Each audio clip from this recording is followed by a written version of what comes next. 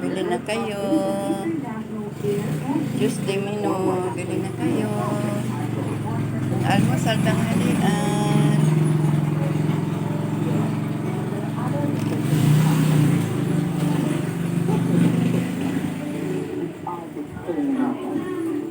Ha?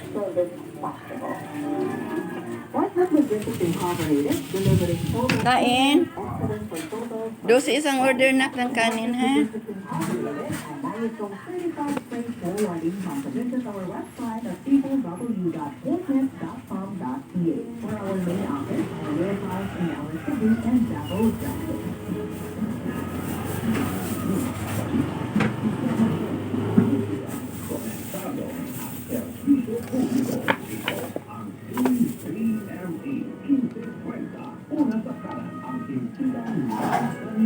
Ulam.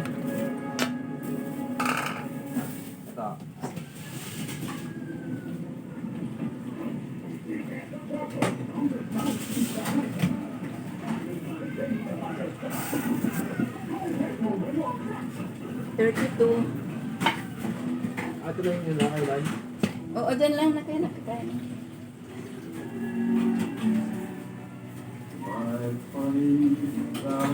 Uy, Valentine ha. Wa may cash. Kasi nga araw ngayon. Tapos ngayon. Anhin mo yung bulaklak chocolate.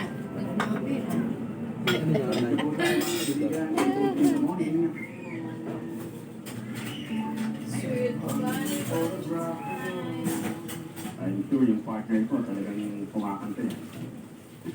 So, baby.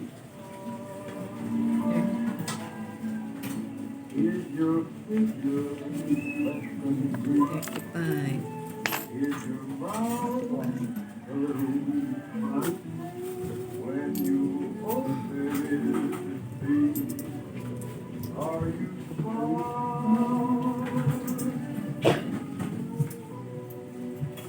Magandang umaga po muli. Ito kayo ang sukli. Dito na po tayo, balik na tayo sa ating program.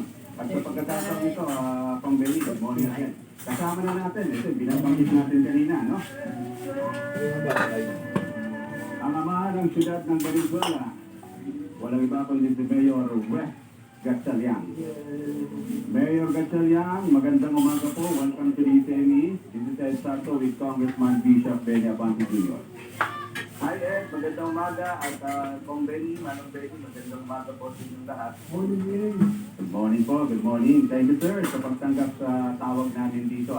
I understand, tama ba? Kayo ang one of the, if not the first, one of the first na mga LGUs dito po sa NCR na totally nagpalaya sa mga pogo sa inyong teritoryo. Tama po ba?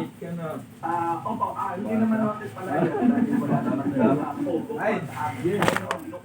Inuunahan ko na lang na hindi na ho sila makapasok sa aming lugar. Just to take note also to add to that, Ed at Kong Benny, hindi lang pong pogo kundi ho SEL, Tangla, High Alay, Western, mga tawag.